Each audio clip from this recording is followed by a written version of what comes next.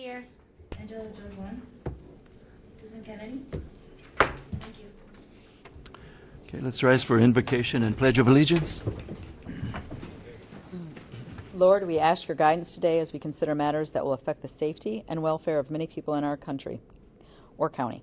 Help us listen to open minds to matters that are important before us and to act on those matters that will benefit those who reside in our area. Keep our minds open and alert, our hearts compassionate, and our comments charitable. Amen. Pledge allegiance to the flag of the United States of America and to the republic for which it stands, one nation, under God, indivisible, with liberty and justice for all.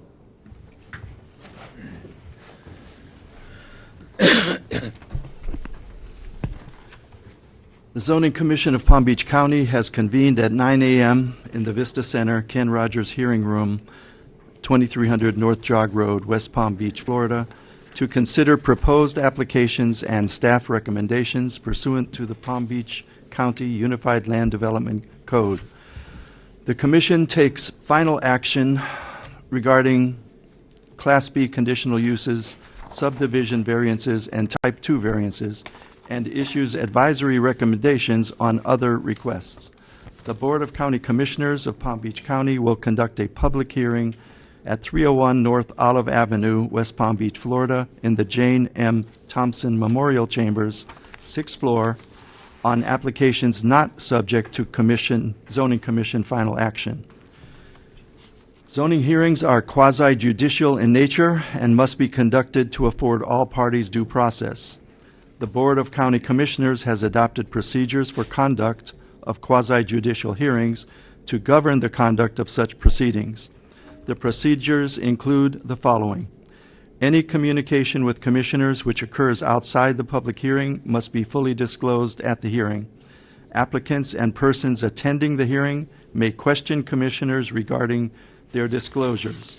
Such questions shall be limited solely to disclosures made at the hearing or the written communications made a part of the record at the hearing.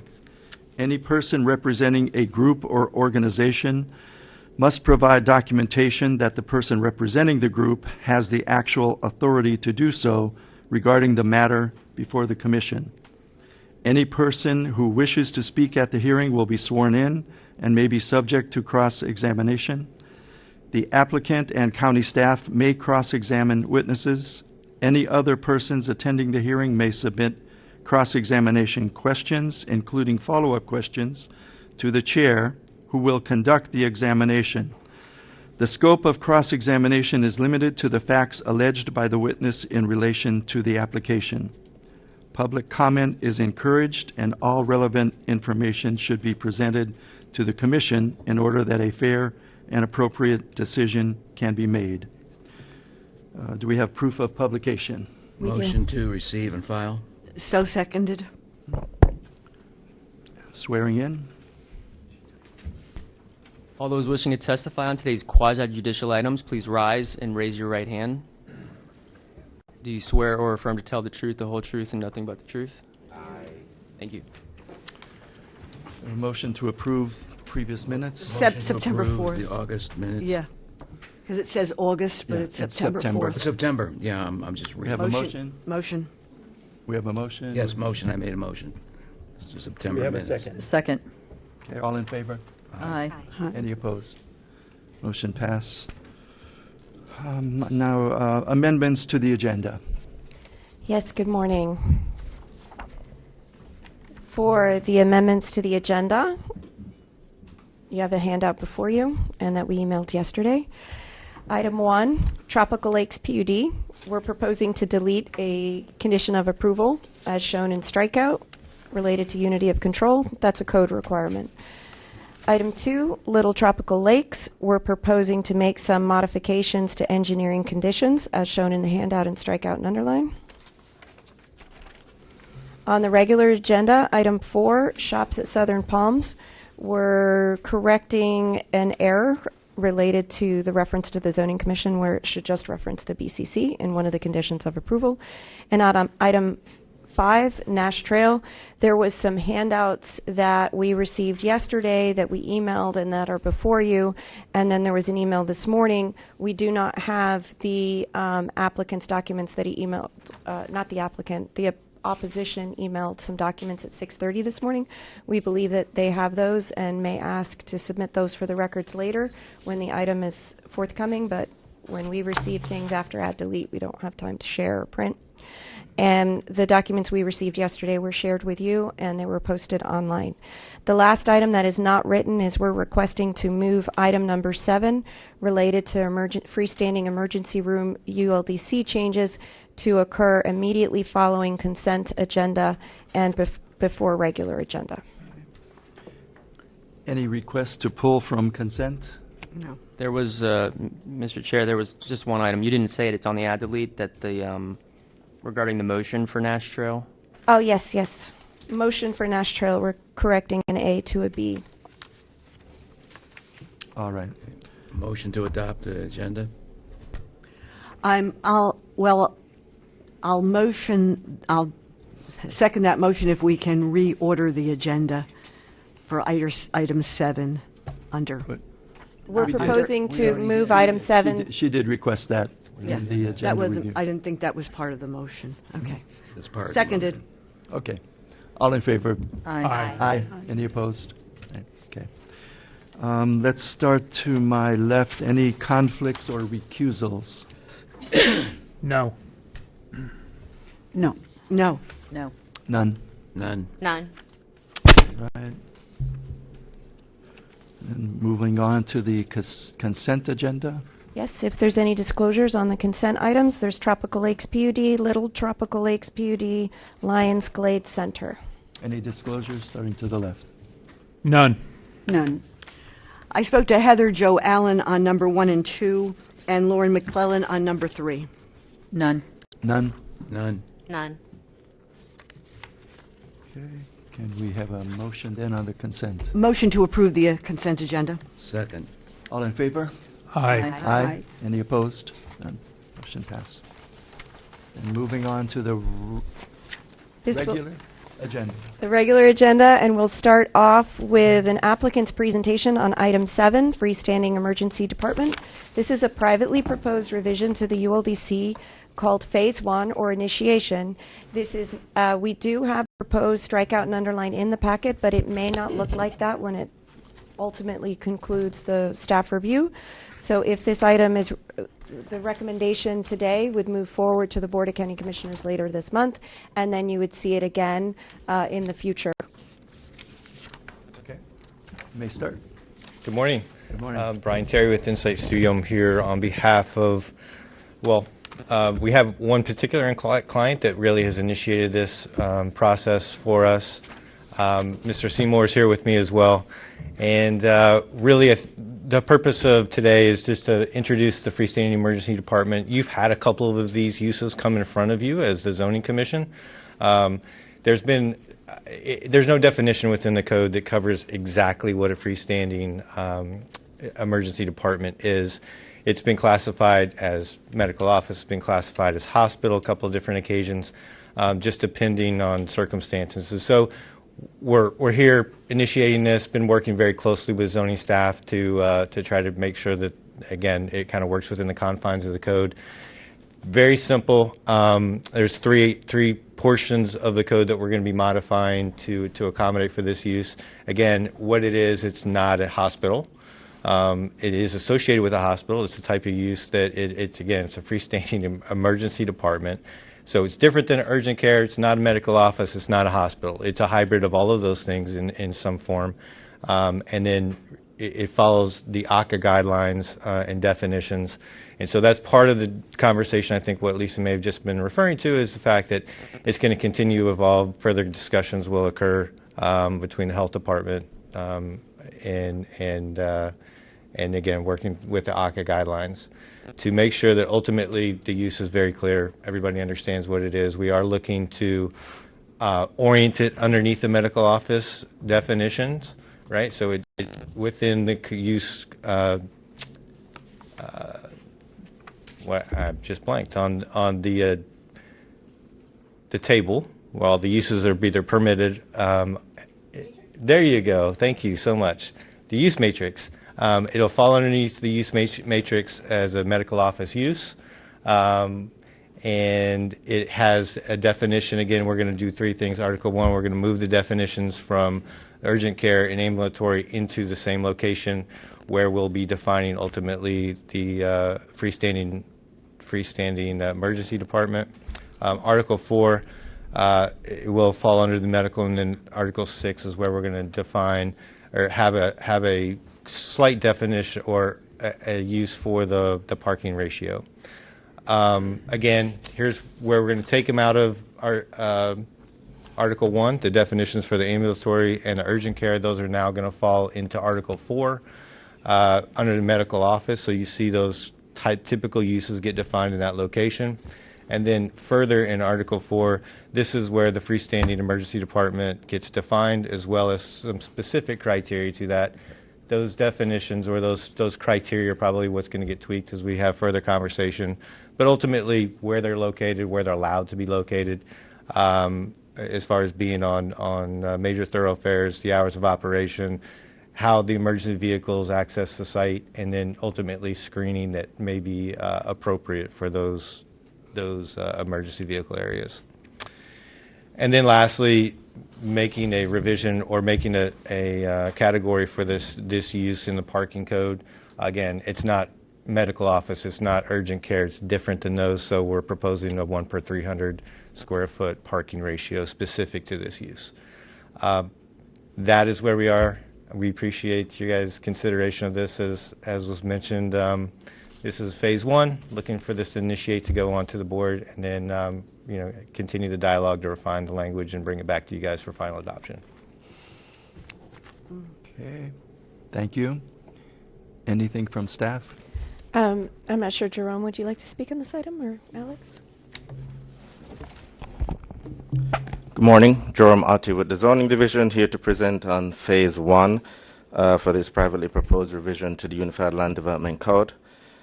Okay, so the proposed revision, let me just wait for the slides to come up.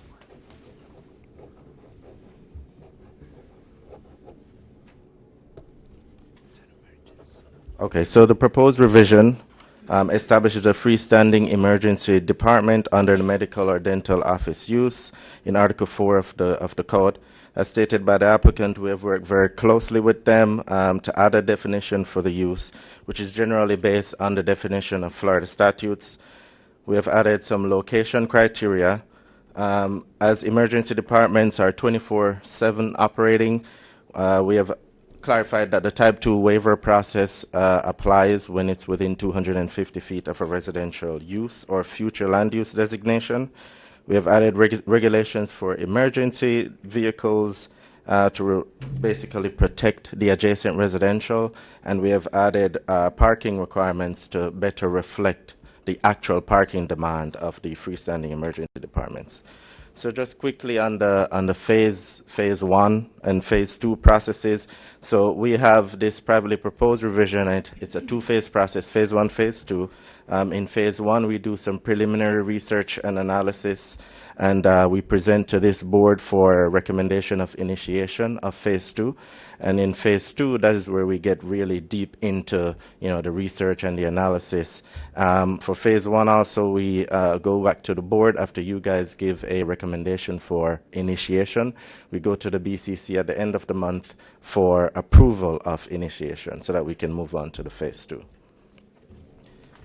So then if the BCC approves, you'll see us again for phase 2, which is final adoption and all that stuff.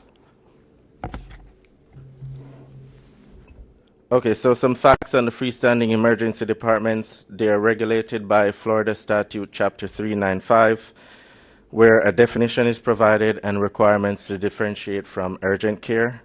And the differentiation is mainly to ensure that patients clearly understand that they will be treated similarly to how an on-site hospital emergency room will treat them, and also to ensure that they understand that insurance coverage is different. Freestanding emergency departments are affiliated with and licensed under hospitals. For example, you'll see that freestanding emergency department on the screen there, which is located on the southeast corner of Jog Road and Lantana Road. It's not located on the same premises as the Delray Medical Hospital, but it's licensed under them, owned and operated by Delray Medical. So some issues that that will be treated by a freestanding emergency department. These are typically emergent in nature, life-threatening type of issues, such as suspected heart attacks, suspected stroke, severe allergic reactions, severe burns. So staff recommends approval of Phase 1 and initiation of Phase 2. The motion for today is recommendation of initiation. And this is the end of my presentation. Staff and the applicant are here to answer any questions you may have. Any questions or comments? I have a question. Is there expected to be any regulations regarding distance that the ED has to be from the parent ED, the hospital? No. Because I understand that fire rescue needs to bring any severe emergency to the closest ED, and the closest ED may not be the hospital that has everything that can be afforded to a person who might be having a very serious heart attack, something like that, that may need to have advanced life support in an ED. If I may, Mr. Yes. Chair. You may. For the record, Brian Seymour, I'm the attorney for the applicant. The short version is it is a full emergency department. It has to be by statute. There are not specific distance requirements in the code. The fire department knows when and how and what. So the emergency responders know where everything is. They know where they need to go. They have their routing. But if you have a severe heart attack, you'd rather go to the emergency department that is there than go to the hospital because it is closer. And they have it is a full service emergency department staff with a board certified, ours are, board certified emergency room physicians, nurses, equipment, everything that you would see. There are a few things, you get your leg severed, they probably would take you to the hospital because you may need a full operating room. That may take some time, but realistically, we don't get many ambulatory or ambulances. It comes down to less than half of an ambulance a day when it averages out. And mostly it's folks who are coming in on their own, but the fire department particularly knows when and how to get where they need to go because they have their technologies that take them there too. Thank you. Any other comments or questions? The only disclosure I have is that I know Mr. Seymour, and he told me that he would be at this event, but we didn't discuss the substance of it. So there's no issues here for Okay. me. I think we're ready for a motion. A motion to approve Second. the ULDC language. All in favor? Aye. Aye. Any opposed? None. Motion passes. Okay, moving on the agenda, then we'll go to item 4. Item 4, Shops at Southern Palms, is a proposal on an out parcel in a site located at Southern Boulevard and Sainsbury's Way, and we have an applicant to make a presentation. Disclosures. Good morning, Let's have everyone. Disclosures. I'm sorry, disclosures. Disclosures from members. No disclosures. None. I spoke to Scott Bachman. None. None. None. None. All right, we may proceed. Excellent. Thank you. Good morning, everyone. Scott Backman on behalf of the applicant.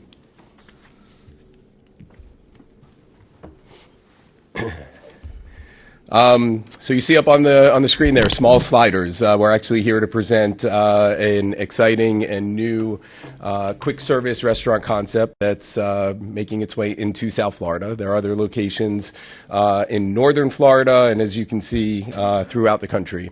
The brand was founded and started in 2019 in Louisiana, and as you can see over the last 6 or 7 years, has quickly and rapidly expanded. Kind of the theme or the motto, obviously, all in the name: small format, small menu, small burgers. And you'll see that as part of this presentation, actually. very small, simple menu. It's sliders, fries, and shakes. It's relatively minimalistic, which allows them to really move customers through the process. And then you can see with the distinctive and, again, small building footprint, and again, you'll see in our site plan presentation as well. It's a relatively small building footprint. Actually, the outside seating area is larger than the building footprint itself.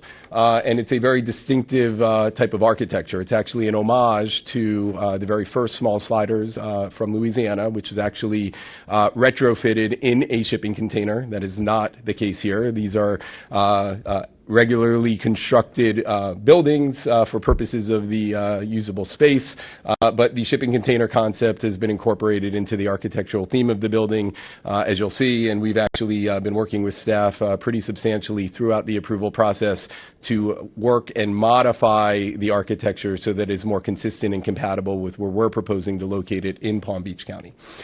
So we are proposing this is an out parcel within the Shops at Southern Palms Shopping Center. If you're familiar with it, there's a Dick's and a Kohl's as the primary anchor tenants. It is on the north side of Southern Boulevard, just east of Sandsbury Way. The fairgrounds is just to the north and west of the property here. It was all a very industrial area, and I actually remember working on this project when it came through for original approvals as an MUPD, and you'll actually see when I share some of the architecture, some of the concepts actually had a bit of an industrial theme, in particular with the frontage and facade to the Dick's Sporting Goods. So this is the approved site plan. Again, we are proposing to locate just to the east of the Dunkin' Donuts. There's a fairly substantial parking field out there, more than enough parking to meet code prior to and with the proposed application. And then here's our, the actual requests that we're proposing. So 2 applications are before you today. Development order amendment to reconfigure the approved MUPD site plan. We're also proposing to modify one of the sign conditions to allow an additional out parcel sign, which is permitted by code. And then the second is a Class A conditional use, which is a requirement for a Type 1 quick service restaurant, which is exactly what we're proposing here. As you can see there, we're actually proposing building 793 square feet with 825 square feet of outside seating area. The site plan itself actually, and this is noted in the staff report, actually adds back some additional open space. Currently what's out there is just a paved parking lot, so it creates some additional pervious area on a relatively small building footprint. And then again, the size of the outside seating area, there's a screening wall around the outside cooler. Some railing that separates the vehicular circulation area from the outside seating area. And then the drive-through and bypass lane, the drive-through actually stacks 12 vehicles, which is well exceeds what's required by code. And that's the animations. So the balance of the presentation, the next 3 or 4 slides focus on the architecture. This is what you're looking at here is a typical small sliders footprint. This is their typical architecture that you would see in most of those locations that I showed you on the map earlier in the presentation. This is what we originally came in and submitted for working with the county. You're all aware Article 5C requires compatibility, and we are an out parcel to a larger shopping center. So we spent a very significant amount of time working with staff, modifying the colors, modifying the architectural features, modifying the stucco banding and other elements of the project so that we are consistent with the balance of the shopping center. In particular, I think you'll all agree, the adjacent Dunkin' Donuts immediately to our west. A lot of similarities between the building that we ended up with for this particular location and the Dunkin' Donuts adjacent to us. And then I had also mentioned the theme for goods, a lot of the industrial heavy metal components there. And so you can see that, and we've got a number of different, I think this is all part of our visual impact analysis that was submitted as part of our application as well. So just a variety of different features and how they are consistent with the balance of the shopping center. So there are multiple requirements and criteria in the code, as you're aware, for purposes of the development order amendment and We meet all of them. The staff report that you all have in front of you acknowledges that we do meet all of these criteria. Staff is recommending approval. We have our whole team here that are happy to answer any questions if you have them. Thank you. Thank you. Staff? We do have a staff presentation. If you would like, it covers most of the information that Mr. Bachman provided. One thing I would note is Article 5C, that's the architectural guidelines of the Unified Land Development Code, and that requires that when you have a multiple use plan development with such as this plaza, the anchor tenant of the Dick's Sporting Goods and the Kohl's, and then the out parcels, this one has a Texas Roadhouse and a Dunkin' Donuts and a Mint Echo car wash that isn't built yet. So there's requirements for architectural consistency.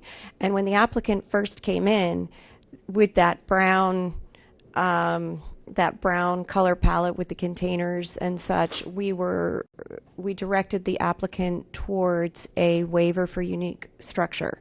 However, in working with the applicant and trying to bring some of those features in, we have the compromise before you today. I think when those 5C architectural guidelines and multiple use plan developments were set, there wasn't as much industry architecture that you'll see nowadays, and that seems to be kind of a theme. For example, Seven Brews, they have a certain roof look. Orange Crush does as well. So this is something that you'll be seeing more. And if that's an area of discussion that the board would like, we could have, maybe a workshop conversation on Article 5C. And we do have architects on this commission. So if you want to discuss that further, but this was the best compromise that we were able to secure consistency with Article 5C, though it is, like you saw, the graphics going to be a little bit different than some of the others, but then again, so is Texas Roadhouse in that plaza. Okay, understood. Thank you so much. Any commissioners would like to see the rest of the? I think we're good. We're ready for a motion. I'd like to make a motion to recommend approval of item 4A. Second. All in favor? Aye. Any opposed? No. I'd like to make a recommendation of approval item 4B. Second. All in favor? Aye. Any opposed? Motion passes. Thank you all. Have a great weekend. Okay. Moving on to item 5. So for item 5 is Nash Trail, and this item was before you in April and in May. It was remanded by the Board of County Commissioners to completely redo our hearing today. So you will be taking a motion and a vote on a fresh recommendation on this item. And before we get to the presentation, if we could have disclosures. Starting on my left. Sure. I received 3 emails from the attorney who's representing some of the neighbors who oppose the application, Mr. Eubanks, and containing documents that apparently they are either presented as part of their packet or will present today. And I also had a lengthy telephone conversation yesterday with Mr. Eubanks and one of the neighboring property owners, a Robert Palaholuk, sorry if I've mispronounced your name, yesterday. Okay. Same here. I received an email from Mr. John Eubanks and also a call before from Mr. Robert P., I will say, with the respect about the last name. Okay. Okay, I spoke with John Eubanks, Robert Palaholuk, and also had several emails. I, too, spoke to John Eubanks and some of the neighbors regarding this project. I also had a conversation with John Eubanks and Robert Hunnick and received the emails. Received the emails. Likewise, I had a conversation with Mr. Eubanks and received some emails, also conferred with staff. I need to say that, too. Oh, I'm sorry. I also had to add I received emails. Okay. And before we go to the applicant, Wendy Hernandez has served as the project manager for this item. As you can see, she's arrived. And could we swear her in so that we don't have to do it later? Do you swear or affirm to tell the truth, the whole truth, and nothing but the truth? Thank you. You may begin. Good morning, Commissioners. Doug Murray with WGI on behalf of the applicant. So as Lisa mentioned, this was before you back in April, and we were moving forward to the Board of County Commissioners due to a lawsuit against Palm Beach County by the neighbor's attorney and accusations that procedures were not correctly followed. We agreed to be remanded back before you today, which was, agreed upon by the applicant to make sure that everything was followed correctly. So before you today, we have the Nash Trail Townhouse Project. We're requesting a rezoning and Class A conditional use. It's an official zoning map amendment to rezone 7.5 acres from residential estate zoning to single-family zoning. We also have a request for a Class A conditional use to allow for 53 fee simple townhomes as part of this request. To get you familiar with the location of the site, we have the site outlined in yellow. It's north of Lantana Road, west of Haverhill Road. It's actually just north of the American German Club on Lantana, if you're familiar with that. And again, the property is 7.5 acres. From Haverhill Road, you would go west on Nash Trail and north on 52nd Drive to access the property. You can see outlined in white, that's the city of Green Acres. So it is adjacent on two sides to the city of Green Acres. Here's a little bit of a closer view of the site. Again, the development that you see to the east is called Blossom Trail. It's currently under construction. It's a D.R. Horton project. And to the south is an existing PUD. It's Colony Reserve PUD. That's adjacent to the property. To the west, you have a mix of single-family, agriculture, equestrian uses, and then also, again, Green Acres with two large planned development subdivisions. The site, accessed from Haverhill Road, will have improvements to those roadways. Nash Trail will be improved as part of the Blossom Trail development by D.R. Horton. And from the end of Nash Trail, they're going to improve it to the end of Nash Trail to meet Palm Beach County standards. Then from that point on 52nd Drive North, it's basically a dead end and a right turn. From that point to the project entrance will be improved to completely meet Palm Beach County standards to the entrance.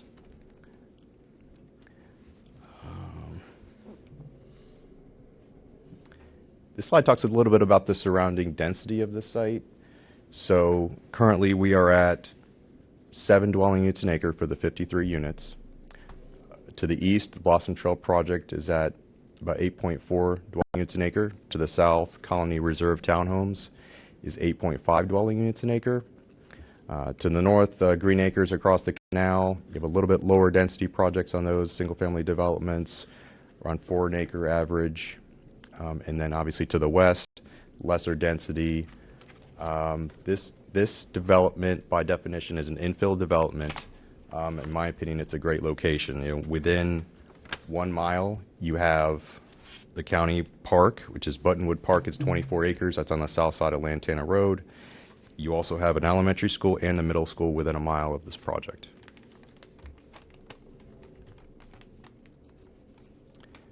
Zooming in a little bit, talking about the zoning. Again, we're going from residential estate RE to the RS zoning district, which is basically the next step up to allow townhomes as long as you are requesting the conditional use. This slide is the land use. We're not changing the land use. The land use is existing MR5, 5 dwelling units an acre. So it is obviously compatible, as all the way west is MR5. Just to note, with the MR5 zoning in the county code, if you utilize the bonus density, if you utilize 100% workforce housing bonus density, and this site, that entire property would allow 2 dwelling units an acre, you can get up to 12 dwelling units an acre with proper approvals, but that is something that is permitted by code, and we're at 7.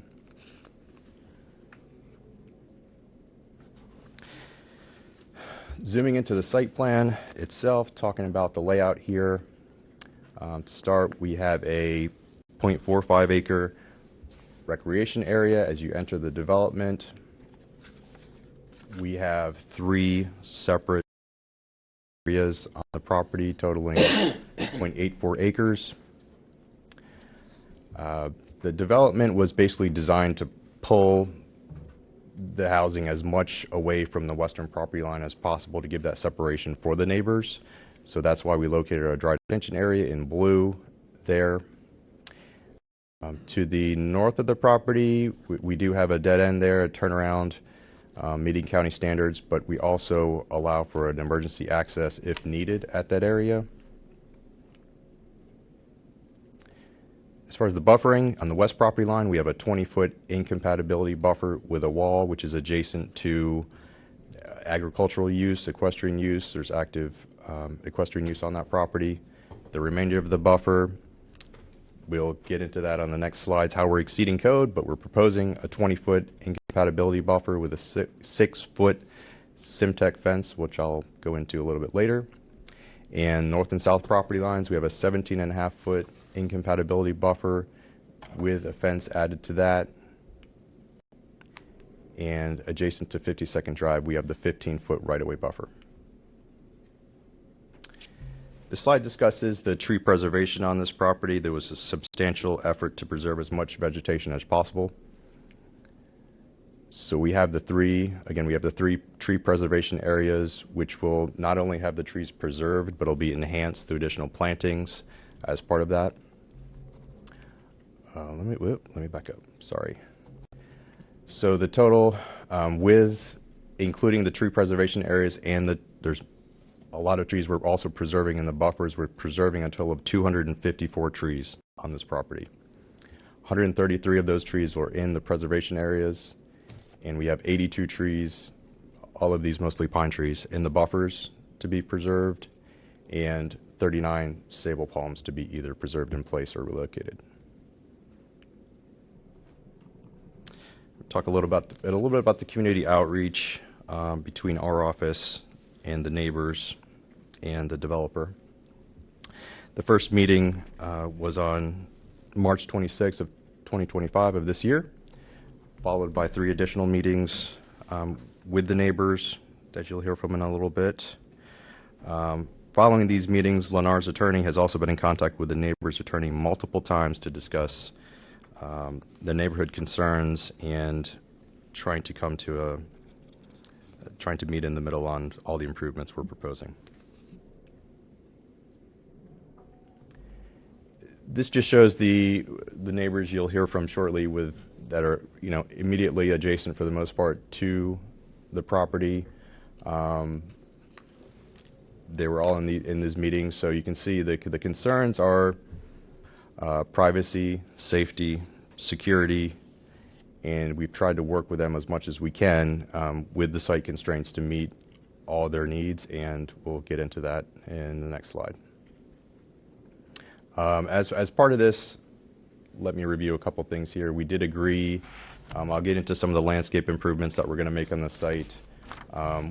We did agree to work with the county, if possible, to add a speed table on 52nd Drive. It's subject to county review and approval, but that's something that we agreed to meet with the county on, and if possible, we'll propose that. We also offered to build a fence. The developer offered to build a fence on the east property line of 52nd Drive at the end of, 55, 36, 52nd Drive, which is at the terminus of 52nd. Developer offered to build a fence on the west property line, which was declined by the property owner. This slide shows the code minimum buffers and also what we're proposing. Go through this briefly. Along the property line, we are adding above code. We're agreeing to a 6-foot high fence, which will be constructed along the rear town-owned property lines, so technically not within the buffer. We have north and south property lines. Code requires a 10-foot buffer with either a 6-foot hedge or fence. We're proposing a 17.5-foot buffer with a 6-foot opaque fence.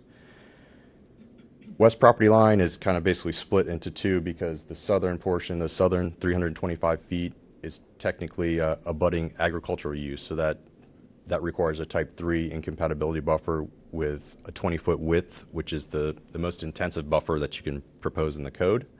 That we're basically proposing the 6-foot high concrete wall along the agricultural use, and the remainder is required to be 10 feet by code. We're doubling that to 20 feet, and we're adding the 6-foot high Simtech fence, which I'll discuss in a moment, about why we're using that in lieu of a wall, which I know is requested by the neighbors. Here is, again, the buffer, the northern 600 feet that doesn't have the concrete wall. To the left is the required buffer landscaping per code. You have a large shrub, small shrub, and a canopy tree. To the right, I've highlighted the improvements that we're making to this buffer. We're doubling the width to 20 feet, adding an additional Palmer pine every 30 feet, adding a medium tree every 60 feet, adding medium shrubs. We're adding a small 1-foot, just serves to make sure that it's the 100-year storm drainage, to make sure all the drainage is contained on the site. We cannot, part of this is that we cannot, with all the vegetation that we're preserving, we cannot propose any tall berms because the root systems of the pine trees are very sensitive, and that would just cause them to die. So this shows another slide illustrating the buffers and what we're proposing as far as screening material. So north and south we have the 6-foot opaque fence. That's the typical 6-foot, solid PVC fence. To the west, we have the southern 20 feet. We have the concrete buffer, which is concrete wall, which is required by code. The remainder you see in purple, we are proposing a 6-foot Simtech fence, which on the next slide I'll illustrate what that looks like if you're not familiar with it. But it's basically a composite fence. The benefits of it, similar to a wall, but I think it's actually an improvement over a typical concrete wall.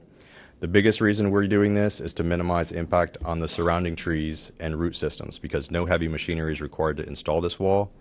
It's a composite material with galvanized steel reinforcement. It's still resistant to hurricane force winds, meeting Miami-Dade standards. It's maintenance free. It doesn't require any further painting. The paint doesn't fade. It blocks 98% of the direct sound, and it's made of recycled materials, so it's eco-friendly. Here's a couple illustrations of what that would look like, just a couple color differences here, but again, it looks, very realistic, looks like a stone wall. As far as the workforce housing on this site, the project does include a workforce housing, a request for a 39% density bonus. That density bonus requires a workforce housing obligation of 4 units. The developer is proposing to utilize the offsite exchange builder option, which will be built. It's not a buyout. It will be constructed on an offsite property. The units will be constructed offsite. We understand that it's preferred that the workforce housing is typically built on site. To offset that, the applicant has voluntarily agreed to increase that to 6 workforce housing units, which will be provided offsite as 9 rental units. The reason it goes from 6 to 9 is there's a multiplier. If you're not doing, the same type, if you're going from for sale to rental, you have a 1.5 times increase in the number that you have to provide.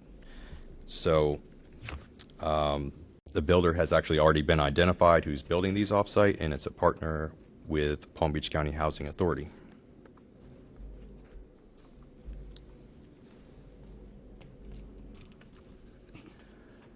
As I mentioned a couple times, the builder will be Lennar Homes on this site. Lennar has a very strong presence in the county. They're known for building quality product, known for being very active in the community. Here's a proposed rendering of the townhomes. We have 2-car garages on the end, single-car garage in the middle, 2-car driveways in all driveways.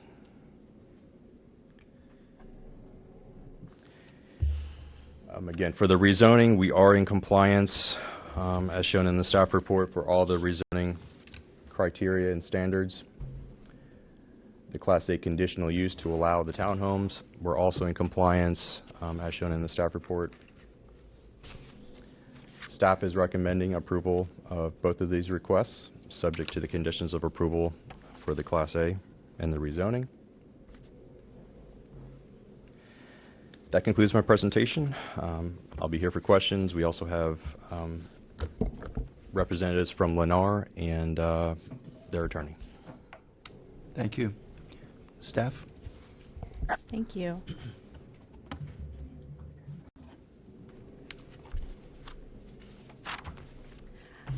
So I apologize for being late. I was stuck in a major accident on 95. So hopefully all the families there are well. It was unfortunate. Several cars involved. So anyway, moving on to this application. As stated, it's on the west side of 52nd Drive, north of Nash Trail. It has an MR5 future land use designation, RE, which is residential estate zoning classification on the 3 lots, and it's just a little bit over 7.5 acres. There's 2 requests that we're presenting: an official zoning map amendment from RE to RS, and a Class A conditional use. With the rezoning to the RS district, staff have identified conditions that are necessary and have also done an analysis for a conditional overlay zone, which includes the conditions of approval in Exhibit C1. So the area is adjacent to the town of Green Acres on the north and east.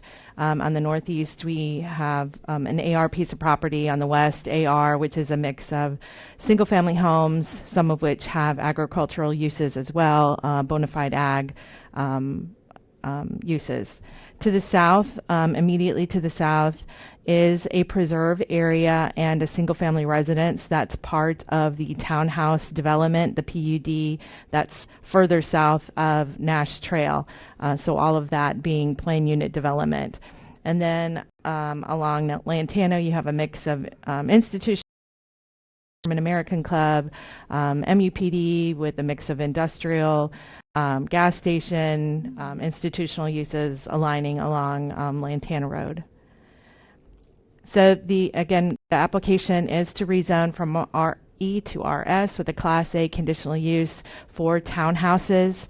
They do also include an administrative request to increase the density through the workforce housing program.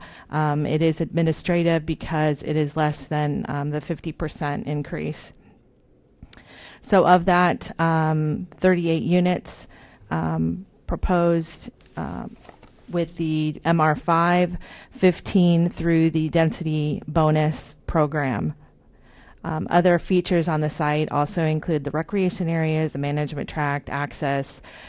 This plan doesn't depict it, but as this has been postponed several months, they're also proposing to include some additional parking on the north east side. So then the northern detention area was going to have, I think it's around roughly 6 parking spaces that could accommodate guest parking for visitors for the residents. And that's the blow up. That change had occurred between certification and presenting to the boards. So we've had a lot of conversations with the public, the adjacent residents.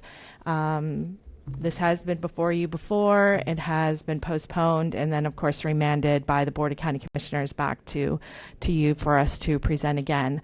So some of the issues that I want to briefly discuss based on what Doug had said. I do have quite a bit of analysis in the staff report as it relates to landscape buffers. That is one of the things that the residents do want, are increased buffers and increased landscaping. On the last few pages, that's part of the staff report, the applicant provided a disposition of all the trees that are preserved on site, because it is very heavily vegetated with a lot of pine trees. And so as part of their documentation, they have described that there are 612 trees that exist on site. 234 are going to be remaining in their original location, and 327 are going to be mitigated. So mitigated includes cash out, mitigating off-site, or mitigating on-site. And so in his presentation that he just said, they're going to be mitigating 82 trees. We have yet to see that. So the applicant still needs to present that. The documentation that was presented to staff and submitted officially is stating that they are going to mitigate 1,097 trees on site. That's quite a bit of trees to preserve on site. We do recognize that, so we'll have to confirm further what it is. But that goes into play on additional conditions that the residents want. If they're preserving 1,000 trees, we don't necessarily need the additional vegetation because they're already required to mitigate those trees. So we will have further discussion with the applicant between now and BCC, but I just want to point that out because his presentation said 82, but their official submittal is 1,097. Okay. So some of the buffers that they have and presented, we do have different types of buffers. We have compatibility buffers when the uses are similar to each other, compatibility buffers when they're different, including different housing types or commercial, industrial next to residential. And then we have what we call right-of-way buffers. So along the east property line of 52nd, they are required to have a 15-foot buffer. That it is a right-of-way buffer that includes canopy trees, pine trees, and different types of shrubbery. And part of their agreement, a wall or fence is not required in that type of buffer. But as Doug had stated, he is proposing to include a fence, but it would be on the rear property line of those townhouses that align 52nd. That is the minimum required buffer, what they're providing. On the north property line, as their drawings have indicated, a 17.5-foot buffer. So this type of buffer is a type 1 incompatibility buffer, and the minimum requirement is 10 feet when you have a 6-foot hedge that's proposed. But when you include a fence or a wall, because you have those options, that buffer minimum increases to 17.5. So though he said they've increased the buffer, they're increasing it because they're providing the wall, which is the minimum, or fence, because that's the minimum required, along with the vegetation. On the south property line is the same, so they've increased it to meet the minimum code when they provide a fence. On the west property line, that's where it differs, because we have some agricultural bona fide ag uses on the southern 325 feet. The neighbor there has some horses, and then on the northern 600 plus feet is a single family home. So in that area you would have a type 1 incompatibility buffer because it's townhouses next to single family, and that would be a minimum 10 foot with a 6-foot hedge. Again, they're proposing a fence, so that would increase to 17.5. Through negotiation with the residents, they did agree to do the 20-foot width with additional landscaping. The northern portion does have a lot of preserved trees from the pine trees that are on site that they're preserving in those locations. So, so what they have proposed is a 20-foot width with the and staff has conditioned them to have the same vegetation as a type 3 incompatibility buffer with the fence. On the southern 325 feet, there is a required wall to protect the ag from the residential uses. So it would be 20 feet in width with required landscaping minimums, and then the wall that's required. So with their preservation tree, we suspect, in addition to the minimum landscaping that we have required by zoning, they will probably infill additional landscaping that they're mitigating, the 1,097 in that buffer as well. So creating quite a block of vegetation on there. They did propose in their documentation to do a 1-foot berm. Staff that. We did request their civil drawings. Their civil drawings aren't quite up to date yet. all the postponements and so forth. So, and the civil drawings that we received do not accommodate for the existing vegetation. So we will have to evaluate that at time, if this gets approved at time of final DRO, how that berm would work. The residents do want a 3-foot berm, not a 1-foot berm. And again, staff can't commit to any type of berming. It will impact preservation of pine trees on that property line. So that is clarification on the buffers. I also want to point out there is discussion that the residents will have as it relates to connection to water and sewer. So as part of this development, they are required for these townhouses to connect to water and sewer. So they will have to that particular property. There are utility easements running along 52nd Drive on the west side of the road that will be reserved as an easement. However, in discussion with Palm Beach County Water Utilities, as part of their requirements with their regulations, a stub out is required where we will have that fire rescue emergency access on the north. Nash Trail has been advised by water utilities that the water and sewer lines will have to extend to the property line there. And if the resident across the street wants to connect to water and sewer, they would be able to just connect and pay for their connection at that point next to the fire rescue at the property line. So it wouldn't be a connection or lines being laid down 52nd, a separate line, you know, like one line diverting into the townhouses and one line going down 52nd. It would be a stub out, kind of a C-shaped connection, and then if the resident wants to connect, they'd be able to connect at that point. So I think that was addressing the water sewer connection. But other than that, staff is supportive of this request to rezone. The conditions for the cause relate to environmental and preservation of trees, regardless of the zoning district and use on the property. And then there are several conditions for the use through the Class A conditional use. Okay, thank you. Commissioners, any questions or comments before we get to the public? Yeah, I have for either the applicant or the staff. How many units currently can be built on the property as it's currently zoned? With RE, they have 3 lots. They'd get 3 single-family homes. 1 on each lot. 1 in each, so 9 total then? 1 on each lot, so 3 total. 3 total, okay.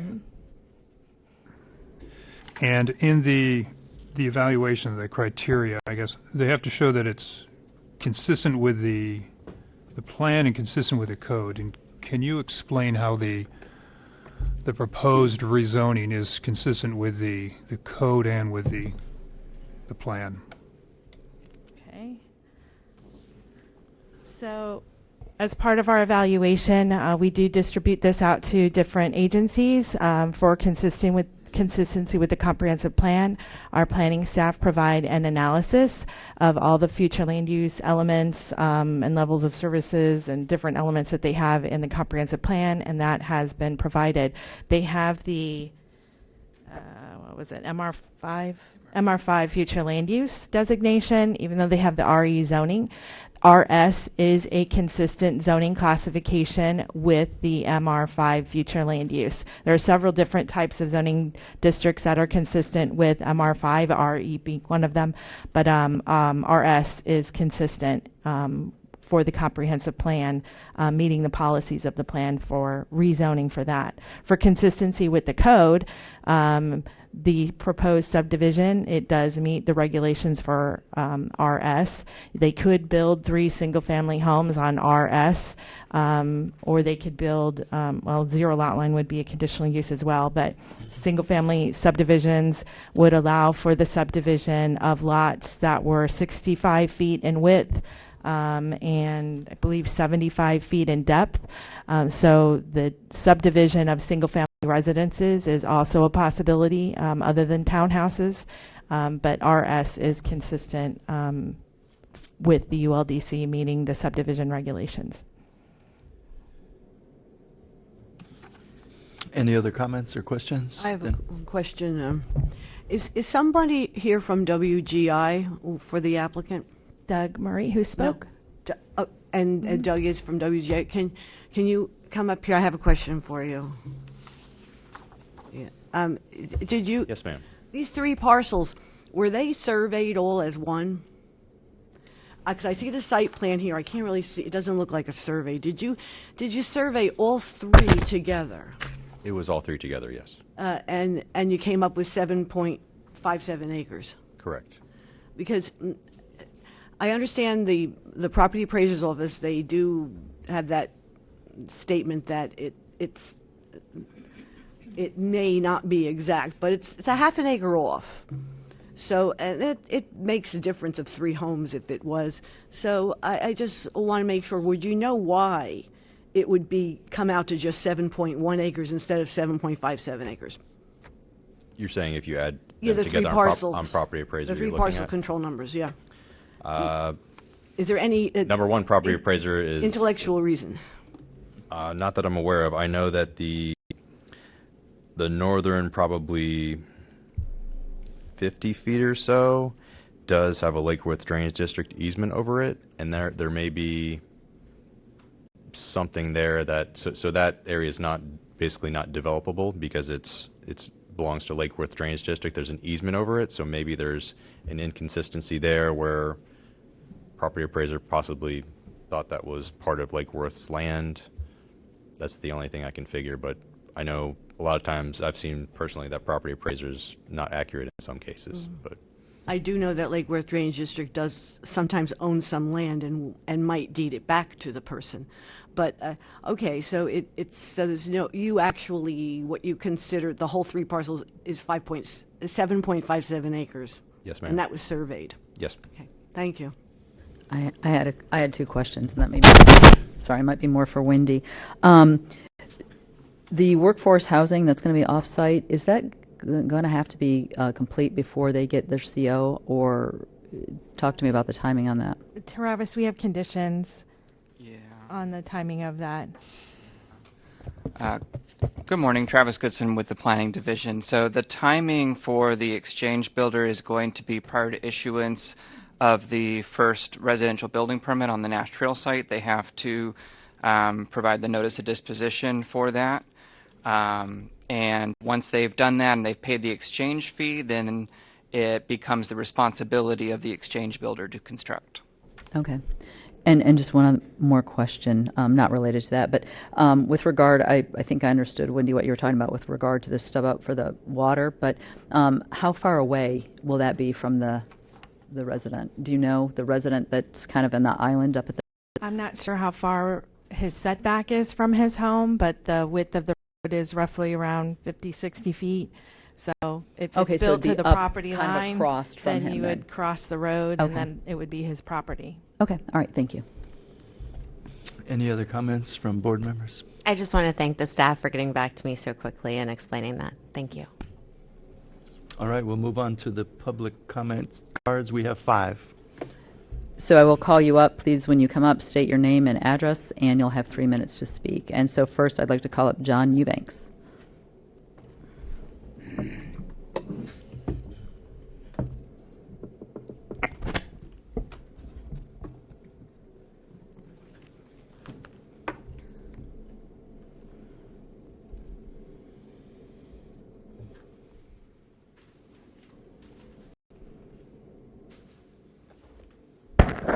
For the record, John Eubanks, 605 North Olive Avenue from Sniffen and Spellman.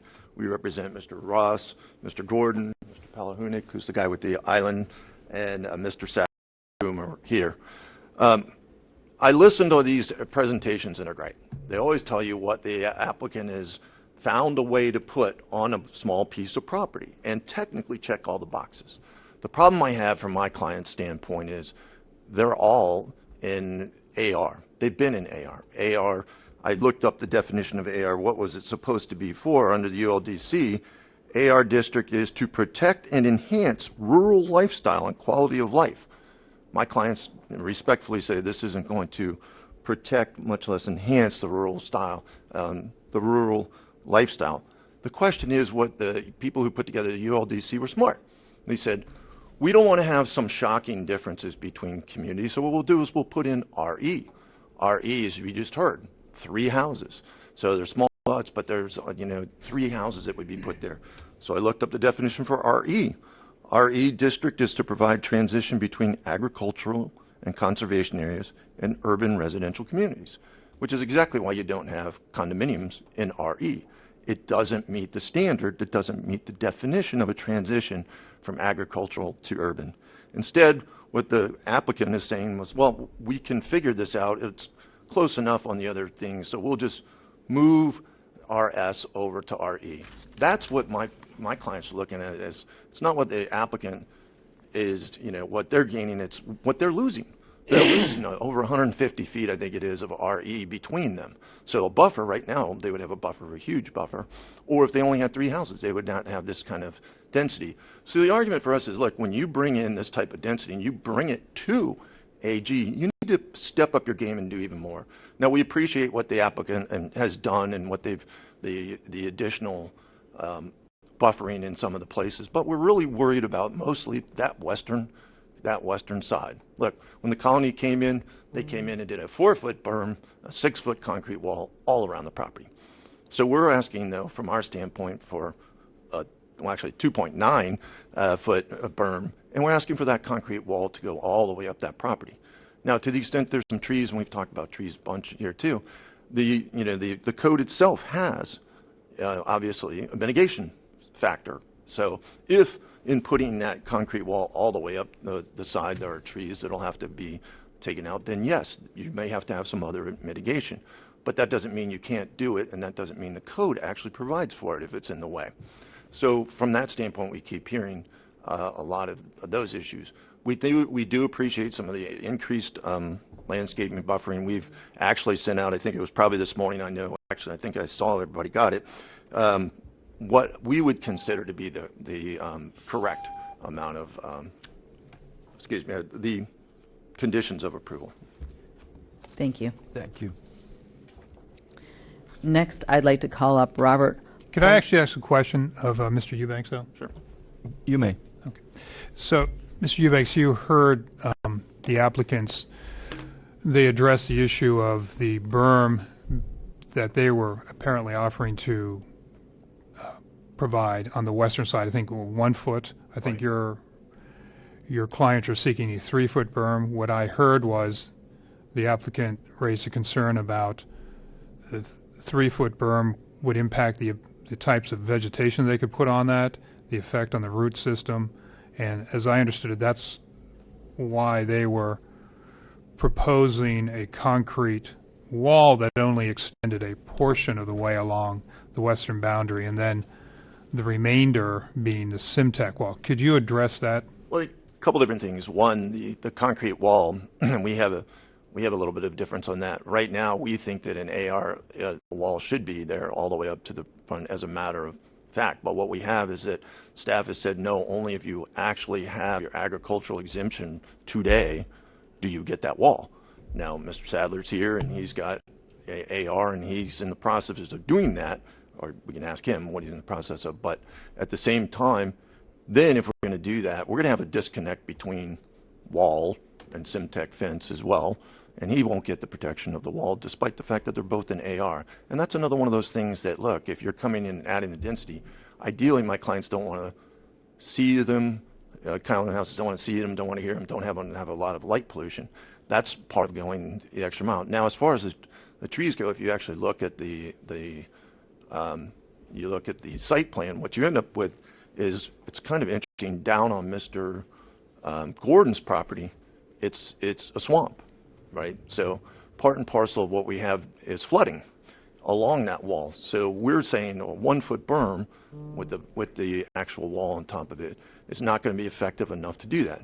Now, it may very well be, but nobody's shown us exactly which trees or what we're talking about as far as if in fact you did that berm, how much would it take to put in there, and would it what we're talking about right now is there's a possibility, and I don't think we know that yet. So we're asking to get what they want back, which is just that agricultural feeling and the lifestyle. Thank you. All right, next card. Okay. I'd like to call up Rob Lahonik.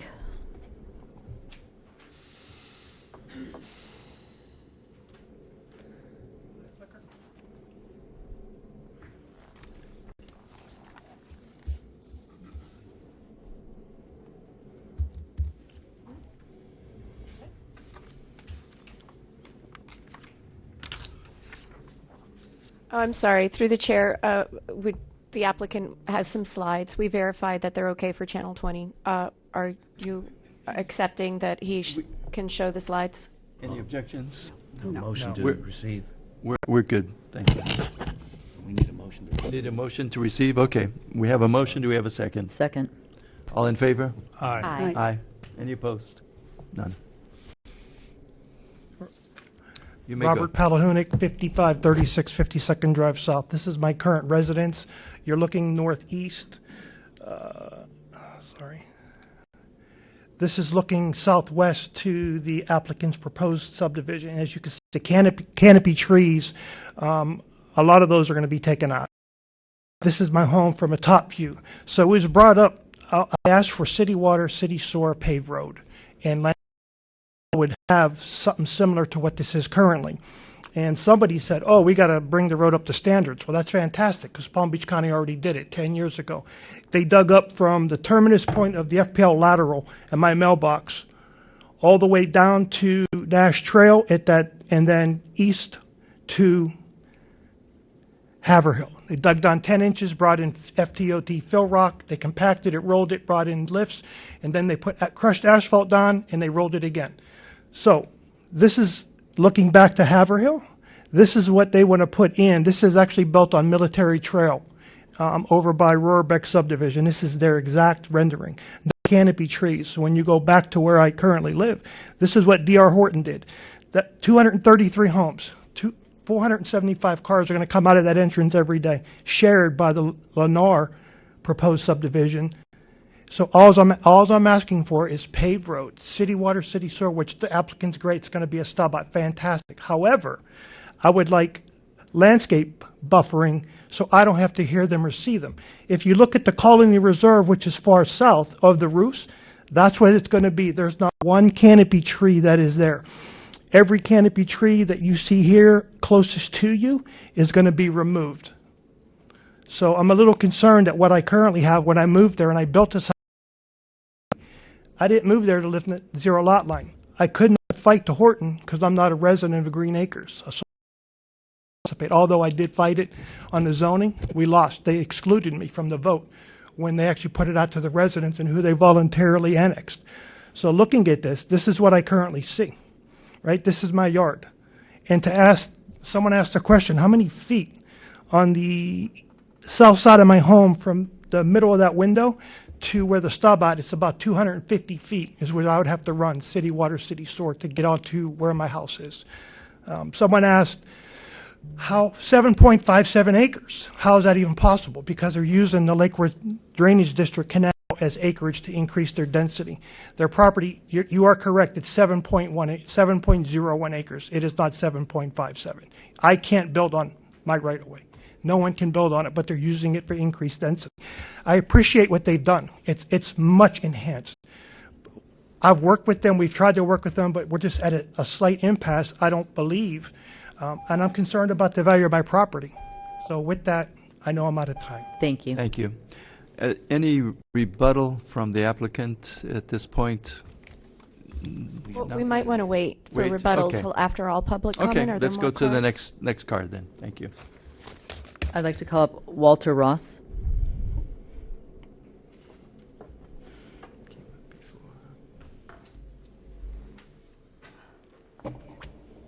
Good morning, all. Everyone, I'd like just to recognize this being the 31st year of the West Palm Beach Green Market. Opens on Saturday. I was asked. Can you by, speak up a bit? We cannot hear you. the 31st anniversary and start of the West Palm Beach Green Market.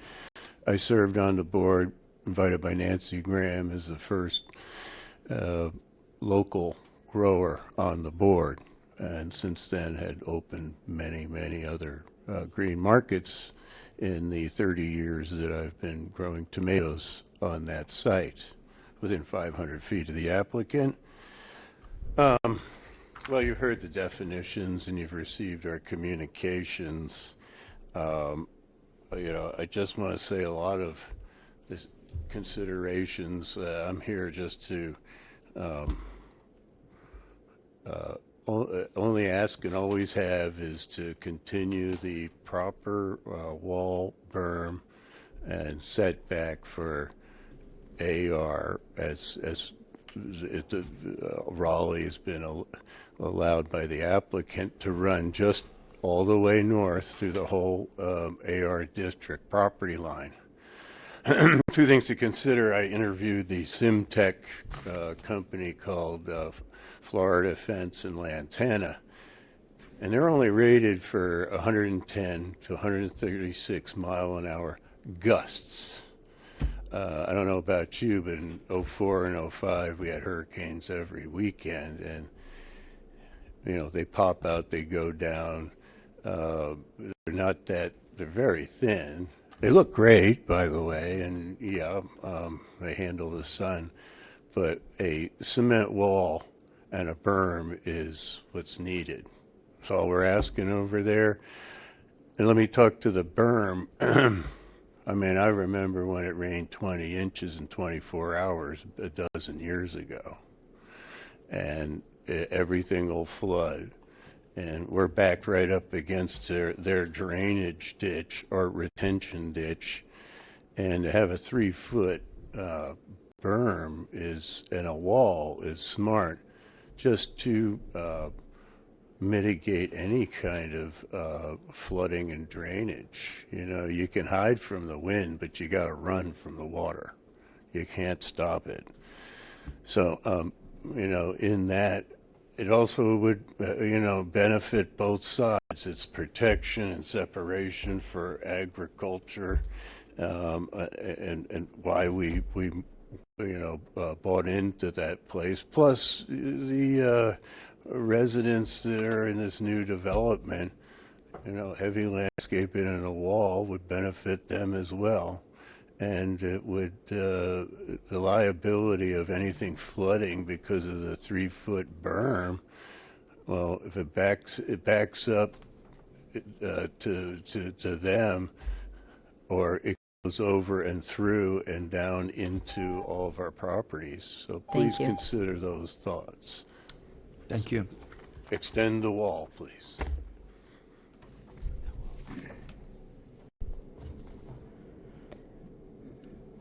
I think I didn't move that card. Were you Michael Gordon? Was that Michael? No. Mike Gordon's. Okay, sorry. I'd like to call Michael Gordon up, please.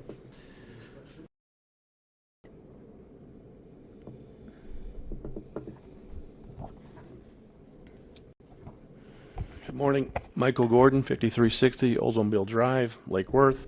I'm the property owner of the equestrian property to the southwest of the applicant's project. A lot's been said, a lot's been shown, but I'm just going to focus on the reason for the requiring the berm. The area right next to me, I'll call it the Fountain property, that's the first parcel, is very low lying. The vegetation in there is Brazilian pepper and a bunch of ferns. It's quite wet all the time, not just on heavy rains. It's quite wet. The Fountain property is on a raised pad, and it has been for 40 years. And it slopes down and the water collects between my property and their property. So when you look at the tree preservation map that the county has provided, you'll see a very sparsely, densely populated area of pine trees to be preserved, right abutting me. To the Sadler property, to the preserve, high and dry, lots of pines, don't touch it, it's beautiful. But when they come in to take out the invasives, they will be using machinery, and when you use the machinery, you're going to wipe out the root systems of what remains there. So my property, abutting my property, will look much like the property next to Mr. Palahunik, wiped out clear. The area in which the developer would like to put their playground area, that's also low-lying. Can't have kids playing in the swamp. So all that's going to have to go, they're going to have to raise grade. What happens then? The water comes my way. So I'm requiring a 2-foot, 9-inch berm with the wall just to keep the the best separation we can have, because they are going to wipe out the vegetation next to me, all of it, just to make their property work for them. So that's my reason for the berm, and that's the way it should be. Thank you. Thank you. Last card is Bill Sadler.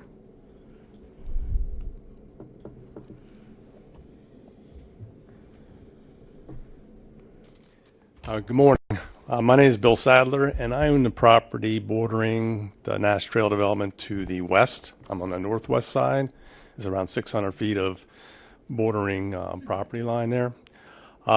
We purchased the property back in 2009 with the sole purpose of raising horses for my kids. We historically have had as many as 4 horses there, a couple of goats, we've had chickens, we've had all kinds of animals and livestock on this piece of property. Currently, we don't have horses there. We had other commitments, so we kind of stepped aside, and we're doing some other things. But our intent, long term, is to bring those horses back. They're currently up in Ocala right now. We're going to bring them back. We cleared the land. We put a pasture there. We have stables, and even though we don't have an ag exemption, it is still AR zoning. And our intent with the property is to raise horses, just like my neighbor to the south. So we've been told that we don't deserve a wall because the fact that we don't have horses and there's no evidence of horses on the property. But the fact remains, we have a pasture, we have stables, and we will be bringing our horses back. So we don't understand, although we appreciate the wider buffer, we don't understand why that concrete wall can't be carried all the way up to the north side, bordering the entire west boundary of the AR zone houses. So we would definitely appreciate your consideration and the respect to build that wall all the way along the entire west boundary. Thank you. Thank you. Thank you. That's all the cards. That's all the cards. At this point, any... Do we want No? No questions, no comments? I have a question of staff, if I can. You may. It's just this issue about the farmland. The county, even if it's fallow, it's considered farmland. It can be fallow. It can have horses or crops. So what is the reasoning why there wouldn't be a wall there for the agricultural residential area? Because it has to go specifically by what the property appraiser appraises it? No, our code addresses the minimum required buffers, and the minimum required buffers are based on uses. So at this point in time, what we have identified is that particular northern property is a single-family residence and doesn't have an agricultural use on the property. The southern property does. That's not to say that the applicant couldn't agree to extend the wall up further, just like they've agreed to continue the 20-foot width of the buffer. But the minimum required is a fence because it's a single-family residence, and our code addresses uses. I have a comment. Go ahead.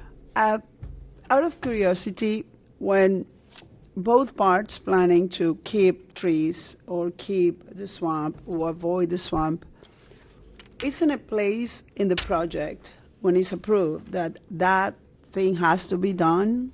Because we see pictures, or I can imagine statistics from builders and developers. It's about progress, money. I know, I understand, but the statistics are like, oh, we have this picture beautiful with trees, but at the end, it's not. They have to remove the trees because they need to raise the land because it's construction.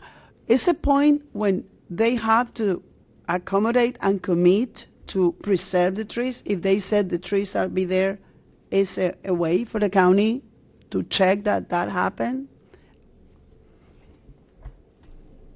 Okay, Tim's going to speak, but I just want to say that, as I had mentioned during my presentation, the applicant submitted a tree disposition to us for us to evaluate. In that disposition and on the documentation, and I included it in our staff report, they indicated the 600 some trees that are existing on the property. They also indicated how many are going to be preserved in place, and that's what we're relying on, and how many are going to be mitigated. And in that document, it says that they are going to mitigate 1,097 trees on site. It doesn't say cash out. It doesn't say off site. So that's what we're relying on. That's what's presented, and that's what the applicant has submitted as his application. We do evaluate the civil drawings and the PNV. I don't remember what that stands for, but the PNV from ERM is evaluated. For whatever reason, it wasn't submitted concurrently with this application, but it is and will be evaluated by ERM. And so with that, I'll turn it over to Tim to talk about their process on the tree preservation. Good morning, Commissioners. For the record, Timothy Haynes, Environmental Manager of Resources Protection Division at ERM. So yes, we do tree assessments and evaluations at the initial site visit, at the pre-application stages. We review this comprehensively through the public hearing application. We also have a protection of native vegetation application approval. So all of the trees that were indicated to be preserved must be preserved. There are instances in the development where trees might be damaged and they might die. We do have mechanisms in the code where they will be required to mitigate for those trees. If they die and they had indicated that they were supposed to be preserved, we subject the applicants to double mitigation. Replant basically twice the amount and size of those trees that were removed, and or if they can't fit all of those species, they do have a secondary buyout option. So yes, we do have that covered in our approval process. And I will also point out, so that's like right now we're at stage one. The protection native vegetation is the second step. We also have a permit that's required for tree removal and a barricade. So they also have to barricade the trees for preservation in order to, the goal is to ensure that they're not damaged when we're doing the site development permit. So they have to get that before they actually get the site development permit. So there are several steps that we've tried to put in place in order to help preserve all the trees. Okay, no, thank you. It's important to know because one thing that is that you are putting together two different, spaces, environments. One is agricultural, the other is not. And the more that you can do for both parts, it will be helpful. Thank you. And I will also say, engineering, land development is here too, and they have permits as well that have to go through the process to ensure that all of the on-site drainage, all the drainage is contained on-site. So that is also evaluated also, so we don't have to worry about, not that we don't have to worry about it, but we ensure that there isn't drainage taking place and flooding the adjacent properties. Thank you. Thank you. Applicant, yes. Yes, thank you. If I could just respond to the issue regarding the existing trees. So we have within the buffer, we have the 82 trees are specifically within our buffer that we're preserving. The trees we're mitigating for 327 trees, 327 existing trees, which equals, because they're mature trees, that equals a mitigation of 1,097 replacement trees. That's what we're indicating on our tree survey information. We've not designated where those 1,000 trees are going. Typically, ERM wants us to fit as many of those trees on site as possible, so we're definitely going to do that. So, those are trees that can be additional trees that we're going to plant in the buffer throughout the site. It's 1,000 trees. That's probably too many that we can fit on site. So some of those will probably have to be either planted off site. If there's a place, sometimes there's a place that the county allows us to plant off-site for a fee, and then there's also a buyout fee. So I just wanted to clarify that we're not committing that all of those 1,000 trees are going to be planted on site, but the 1,000 is also, again, there's 327 that we're affecting, but because there's a little bit more mature, it equals the 1,000 trees that are a 12-foot height tree. And I was also going to speak to the drainage, so thank you for responding to that. And quickly, as far as the the berm and the wall, if I could respond to that quickly, the only reason we're proposing this Simtech wall is to protect the trees. It's not a cost savings for the developer. As I stated in my presentation, the amount of equipment used in heavy machinery to install this Simtech wall is much, much less. There's no heavy machinery. If there's, as far as my research, it was built to be hurricane resistant. If there's any damage to the wall, that's the HOA's responsibility. If there's a hurricane comes and anything gets damaged, HOA is going to replace that. Regarding the berm, again, the only reason we're not providing a berm is because we want to preserve the vegetation. When you build a 3-foot berm, because of the slopes that are required, just the slopes, the 3-to-1 slopes to get you to the peak of the berm is 18 feet wide. And if you're proposing especially a concrete wall, you have the foundation, you need a flat area on top of that berm. So you're talking probably, if that's a 5-foot flat area, that's 23 feet of berm. So you're affecting 23 feet of area where we just have a ton of trees, and that's going to result in a lot of trees needing to be removed, a lot more. All right, thank you. Before you go, I have a quick question for you, Go too. ahead. So I Yes, understand there's one area on the site that is continually lower than the rest, and I would assume that as part of you have to bring it up to grade, right? So would it be higher than the surrounding properties? But I know by code you have to keep your water on site, so I Right. guess I'm just- So as part of, it's actually a condition of approval from land development, any site that is, if we're adjacent to a site that does have historic flow onto the property, we will accept that drainage. So there's not a situation where we'll just raise up the site and cause the adjacent site to flood. We have to provide a topographic survey of the surrounding land, and if the topographic survey shows that it slopes towards our site, we have to accept that drainage into our system. Okay, thank you. All right, thank you. I think we're ready for... I have a question, actually, of staff to follow up. Mr. Palahunik raised some issues with regards to basically being left on an island, I think as he described it.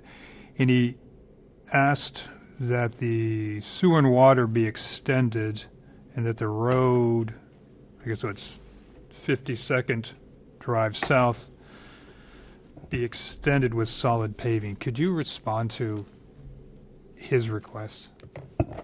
So Olive Bailey with Land Development, I can speak to you about 52nd. So currently the proposed project introduces trips to the site up to their entrance. So they don't introduce trips past that entrance. So we've conditioned them to develop the road to 52nd Drive to their project entrance and transition back to the existing road. So that's typical of what we do for any project that is on an existing road.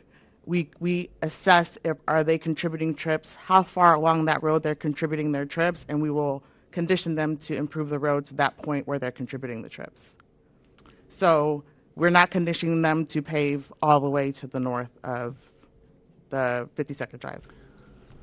And if I may, so you can see the graphic there. You could see Nash Trail coming in along the southern end of Green Acres, and it goes to 52nd, and then 52nd goes north up to the subject site, which is the red outline.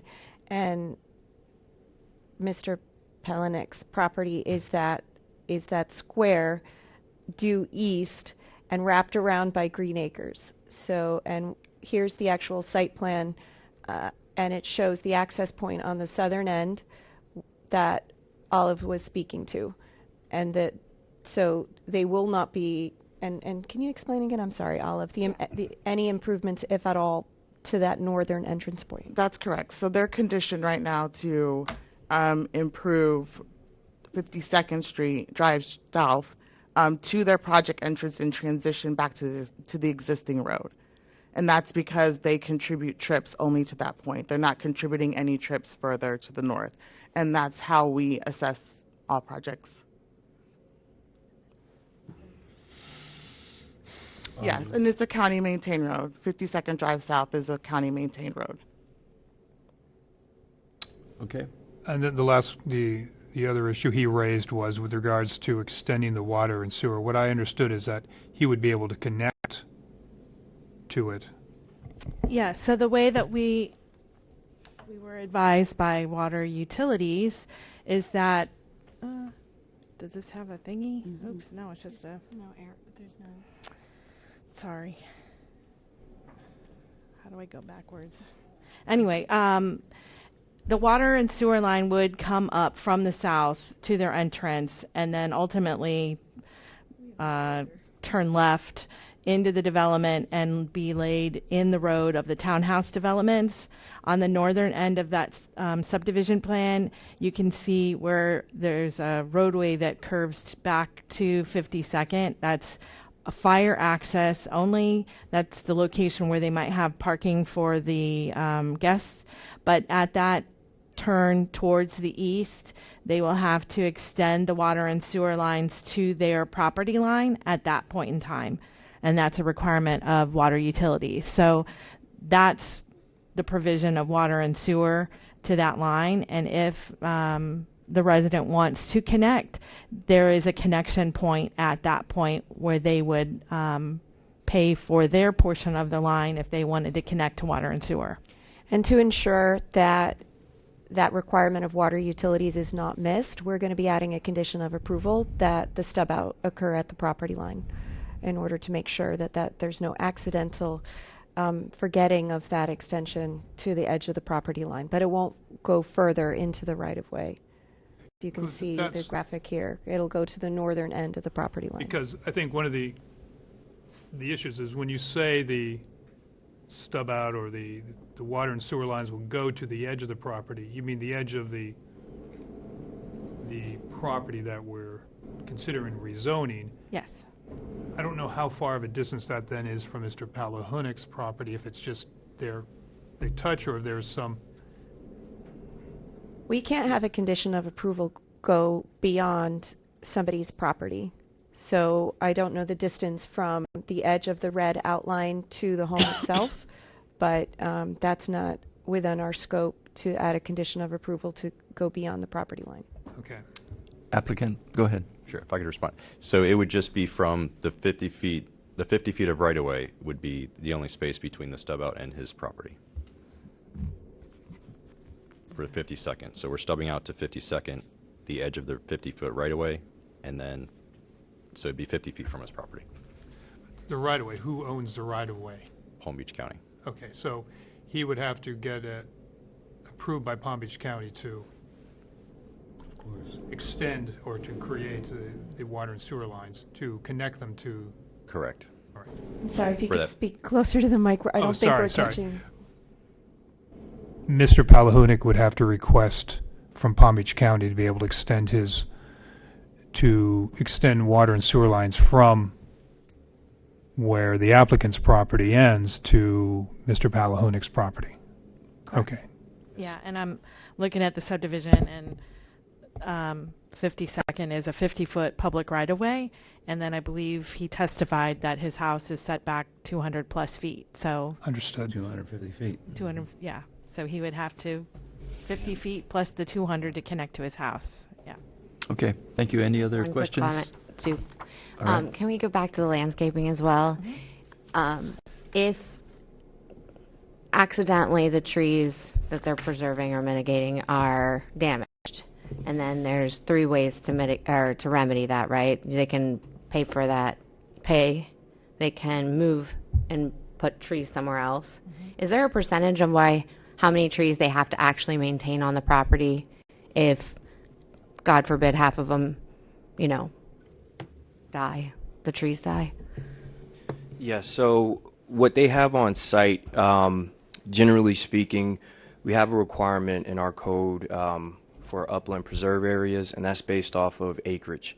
But there's other factors that are brought into account when we are designating sites for upland preserve areas, and we look at compactness for the vegetation, diversity, and the flora and fauna, habitat and different species. So in this case, they would be required to do a 25% of the total native vegetation quality preserve area. So that's how they have gotten to that acreage that they have preserved on site. So all those tree preservation areas that they have, and we have conditions of approval, that vegetation has to be maintained in perpetuity.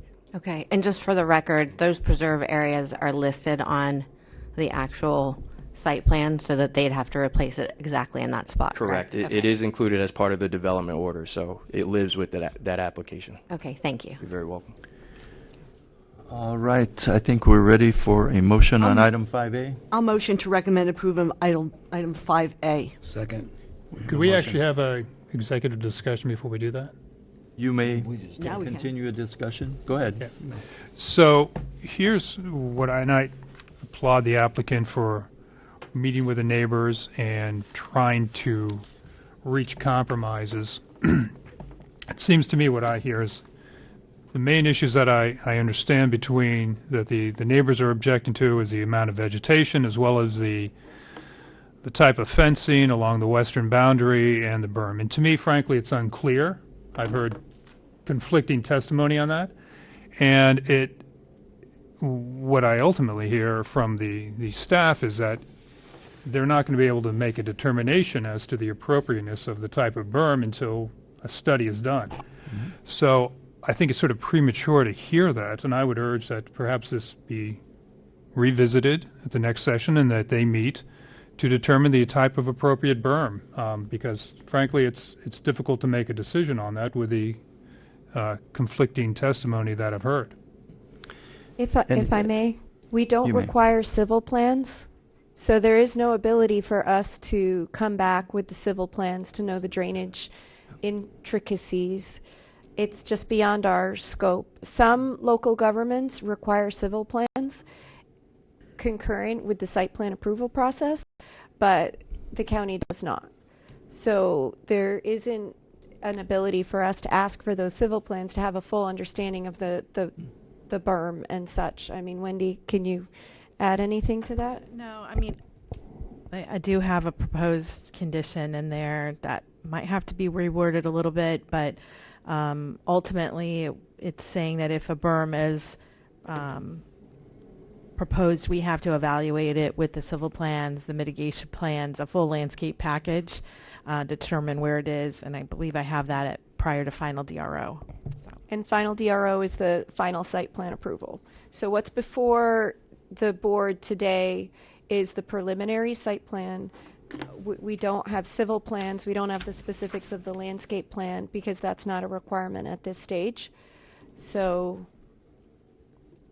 just keep that in mind. To delay this item, we won't be able to come back with a civil plan. Yeah.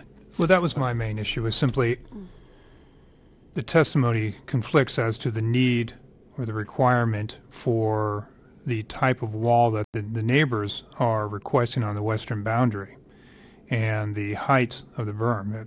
The applicant has stated that it should be 1 foot. The neighbors are requesting 3 feet, and the applicant has stated that it's going to, if they go to 3 feet, it's going to destroy the vegetation.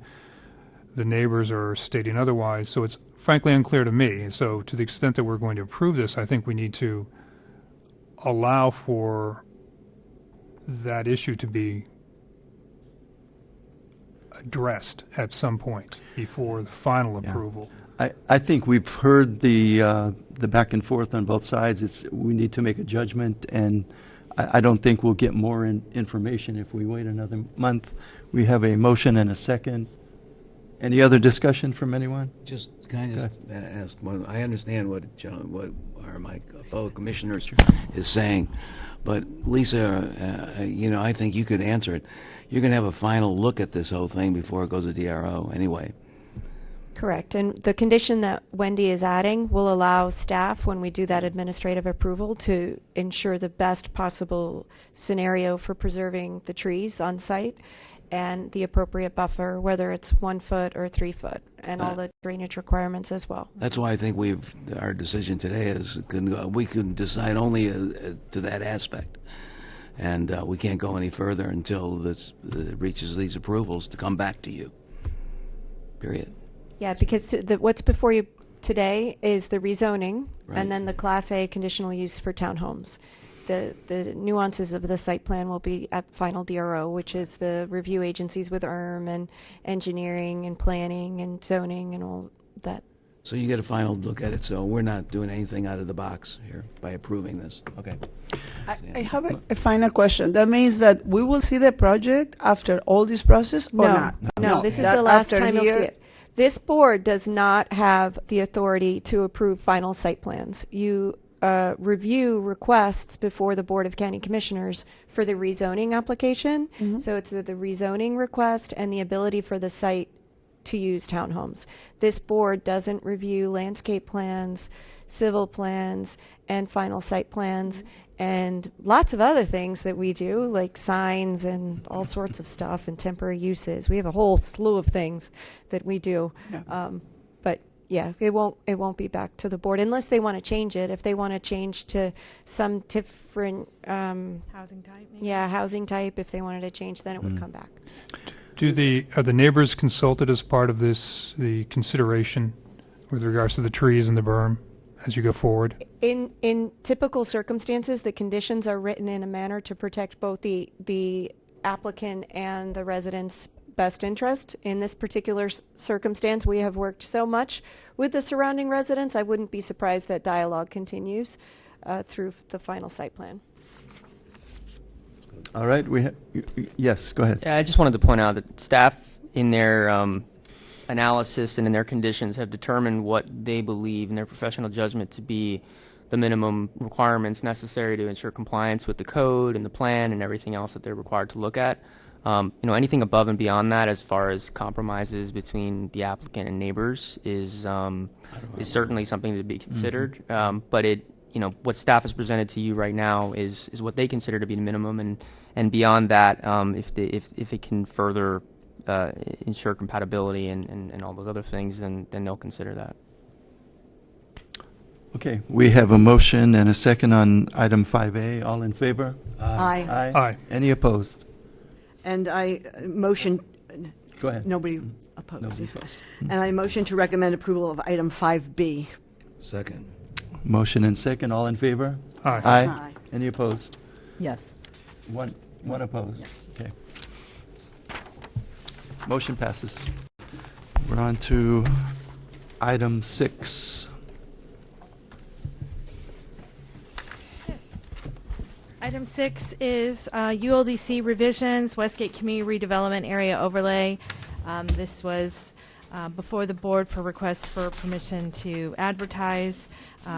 We are looking to modify, at the request of the Westgate CRA, modify and delete the number of units allowed by the density bonus pool, replacing it with a reference to the comprehensive plan. They're working on modifications to the comprehensive plan for that number. Revising the density bonus pool approval process and clarify how you get that additional density.